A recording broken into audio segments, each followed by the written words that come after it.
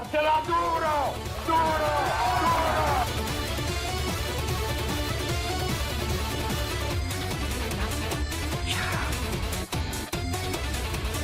Capra ignorante!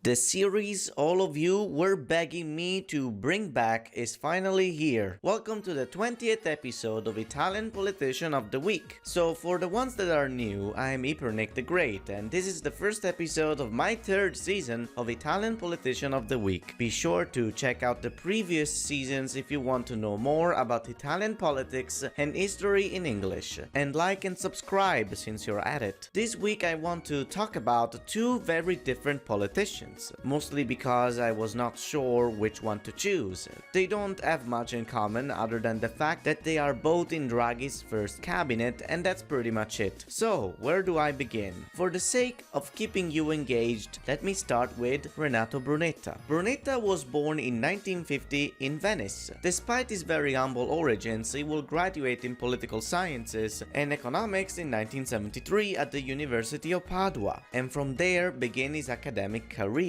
He taught at the universities of Padua, Tor Vergata and Venice, and as he started building a reputation as a decent economist, he began giving economic counseling to the Socialist Party until he became an official economic advisor in the 80s. His first real commitment to politics was in the 90s when he joined Forza Italia, Berlusconi's party. He was elected to the European Parliament in 1999 and later to the Italian Chamber of Deputies in 2008. Where he remains to this day. That same year, he was made Minister of Public Administration for 3 years. He is remembered for his very strict approach and austerity measures, as well for being a dick to the workers. The very first law that he passed as minister was the anti-slacker law, that essentially penalized the public workers for taking a lot of sick days. This was done in order to discourage people to take days off, hence increasing productivity. It didn't really work, as you can imagine. To top it all off, Brunetta was not very good at taking criticism. Whenever a journalist questioned his actions, he would just make fun of them and call them jealous or something. He is also very arrogant at his worst and very weird at his best. Apparently, he is very good at cooking. He even made a book with some cook I feel bad for.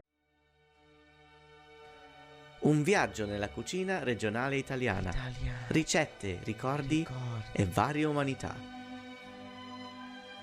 Whatever the fuck that means. Brunetta falls short in charm and sympathy, though you have to give him some credit. In 2009, he introduced the Independent Commission of Evaluation, Transparency and Integrity of Public Administration. Its name is self-explanatory. It was basically a branch of the ministry that dealt with problems regarding work environment and integrity. He also introduced a bunch of decrees that same year that made the bureaucracy smoother and generally more efficient. While it was a generally good run, Brunetta was overly optimistic, and when the decree didn't meet his unrealistic expectations, he would blame it on his lazy employees or something. He's not very likable. Fast forward to 2021, Draghi becomes president. He acknowledges Brunetta's merits and therefore he asked Berlusconi if he could borrow him for his little cabinet. Brunetta and Draghi actually knew each other all the way back to uni, so collaboration was almost inevitable. Just very recently, Brunetta passed a new decree that adapted public administration to smart working and opened 2,400 new positions, which will be filled very soon, I suppose. So overall, okay minister, garbage human being. Now let's get into the other politician of the week, introducing Fabiana Dadone. Dadone was born in Cuneo in 1984. She graduated in law in Turin University and became an activist for the Five-Star Movement in early 2010s. She was elected into parliament in 2013 at only 29 years old, the youngest Five-Star Movement member at the time. Then, in 2019, she was made Minister of Public Administration in Conte's second cabinet until 2021. Despite her very young age and the whole pandemic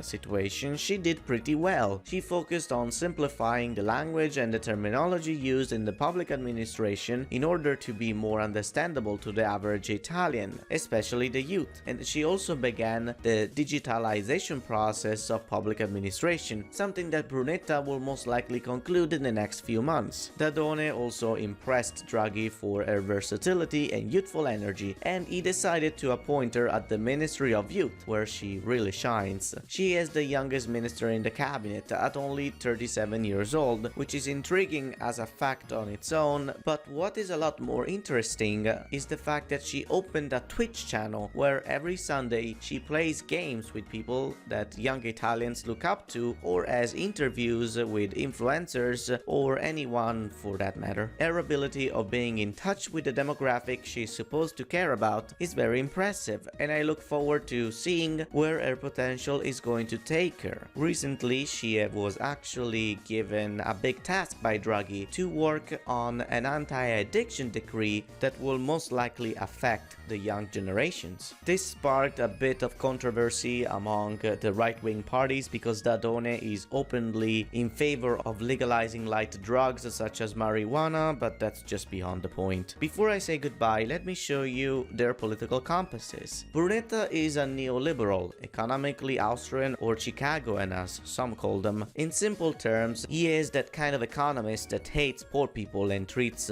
trickle-down economics as a Christian relic. Therefore, I put him on the top right corner of the purple quadrant. Dadone, on the other hand, is socially progressive and openly feminist as most young people, so she is easily on the top right of the left quadrant. I guess that's it. Remember to like, comment and subscribe if you are happy for the return of Italian Politician of the Week. This season will be a bit different. I will be talking also about politicians that are not active anymore, so they are closer to historical figures than actual politicians, but they were politicians at the time, so they count. If you want to know more about Italian Republican history, check out my series about Italian presidents. Have a good day, guys. I will see you next time.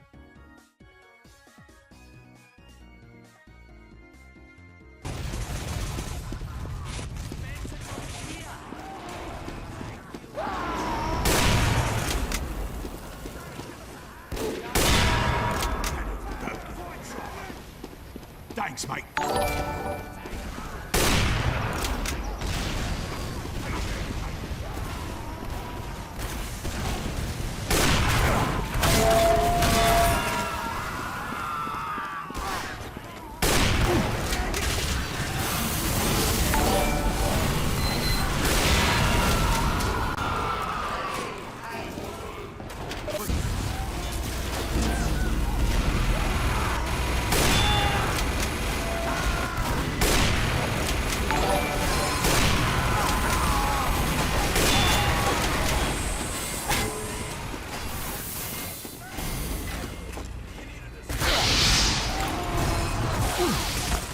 Need some help here?